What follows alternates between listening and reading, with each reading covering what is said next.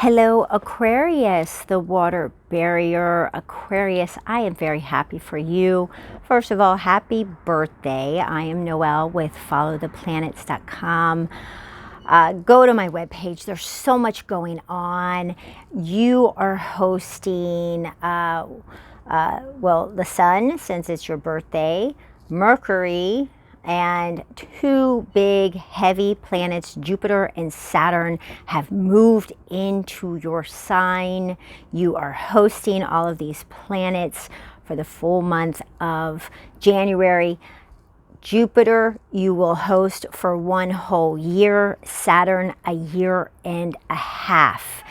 Saturn is your co-ruler. And speaking of rulers, your ruler Uranus goes direct on January 14th. He's been sleeping and he'll pick up speed. It takes him a little while to get up to full speed. He's a big, heavy outer planet, okay? So we've got so much to talk about here. January 12th, we have a new moon. Now, the beginning of the month starts out okay. As the month progresses, starting the 10th, it's going to get rough, okay? It's going to get rough. And know that you've prepared for it. So the new moon is in your 12th house here in Capricorn. So there's a new beginning in this area of self-undoing. So basically, self-undoing has to do with self-sabotage. Are you sacrificing yourself for others' benefit? That's one area. It's very spiritual. It's mystical. It's about healing. It's a very big healing area, and you can use institutions to help you heal. Institutions. Go to my webpage. I talk about, there's many different types of institutions. And there could be a new beginning with one of them. And the fact that this new moon is linked up with Pluto, the planet of regeneration, death, and rebirth. And this whole past year, 2020, really heightened people's awareness of what is transforming in their life, what no longer serves you, that you need to be done with in order for you to have a whole new created rebirth. Very exciting. And it's a healing, it's a letting go.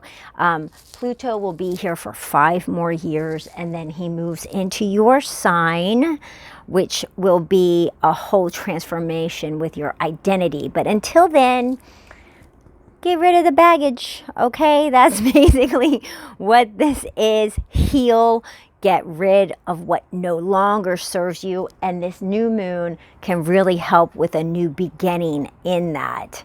The fact that it's in Capricorn is so career focused, so it's very career or social status, your reputation. It has to includes that area as well. Okay, so that's the new moon on the 12th. On the 28th, I'm jumping around a little. On the 28th, we have a full moon in Leo, your opposing sign. So something is coming to an end in a contractual partnership. That means there's a contract involved with another person or a company or something like that. So marriage, business, CPA, a lawyer, anything with a contract, it's coming to an end. And this full moon is really not getting along. It's creating a conflict in how you want to move forward into the future in an innovative way, something maybe around your home. Okay, so these aren't getting along. The full moon exposure with this contractual agreement isn't getting along with how you want to move forward. And it's up against Jupiter and the Sun. So, and you are hosting both of those. So what you want to expand for yourself and how you want to end this contractual agreement is up against this motion and moving forward. So it's a very stubborn energy, and it has to do with money. Okay, so what do, Aquarius? You need to investigate, perhaps look to your career and your reputation and your social status, and investigate all of these areas. Really look into it and research it. It's not a time to really move because there's so much conflict, but know what to do and what not to do with your money. Know what's going on here, because you can use this investigative type of energy and mind energy to your benefit with all this conflict going on. Then we're going to jump back to the 14th. Your ruler goes direct in your 4th house in Taurus. So he will be here for another 5 years. Uranus takes 7 years to go through one sign, and your home he's more in the beginning of his transit through Taurus. In a few years, you're going to see more action in your home and a transformation within that home as far as moving forward. You are not really an attachy type person. It's more about unattachment to the home. So you could pick up and go out of your home like that. Something like that might happen for you in the future, Aquarius. But he's in motion again, and maybe, investigate, see what's going on in anything domestic. Okay, domestic, your home, your security, your family, your history, your early parts of life and your latter parts of life, and how they're connected. So look to that. There's more on my webpage about it. It's a lot to go through. And so he moves direct, and now he is moving direct around the same time that Mars is approaching him. So things are going to get confusing, I will say.